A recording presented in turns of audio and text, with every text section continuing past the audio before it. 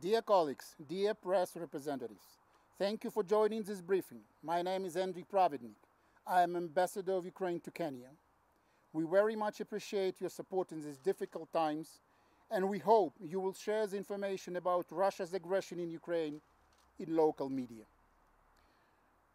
Dear colleagues, today, as you know, Kremlin launched a full-scale invasion of Ukraine. According to the latest data, today at 5 a.m., the armed forces of the Russian Federation launched an intensive shelling of our units in the east, delivered missiles and bomb strikes. At the same time, the aggressor started artillery shelling of the areas along of the state border and administrative boundary with temporarily occupied Crimea. Dear colleagues, now let me share with you the statement of the Ministry of Foreign Affairs of Ukraine. Statement of the Ministry of Foreign Affairs of Ukraine on the new wave of aggression of the Russian Federation against Ukraine. The President of Russian Federation, Vladimir Putin, has announced the start of the new wave of aggression against Ukraine.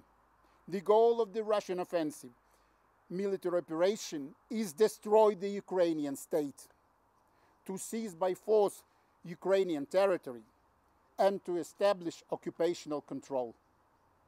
The Russian armed forces are launching attacks on peaceful Ukrainian cities from different directions, including from the territory of the temporarily occupied Donbas and Crimea, as well as from southeast region. This is an act of war, an attack on the sovereignty and territorial integrity of Ukraine, a brutal violation of UN Charter and basic norms and principles of international law. Ukraine has activated its right to self-defense in accordance with international law. The combat spirit of Ukrainian military is high. Our defenders are ready to give a decisive response to the aggressor state and will protect the Ukrainian soil with all their strength. Ukraine calls on the international community to act immediately. Only united and decisive actions can stop Vladimir Putin's aggression against Ukraine. Our partners should immediately enact a package of new sanctions.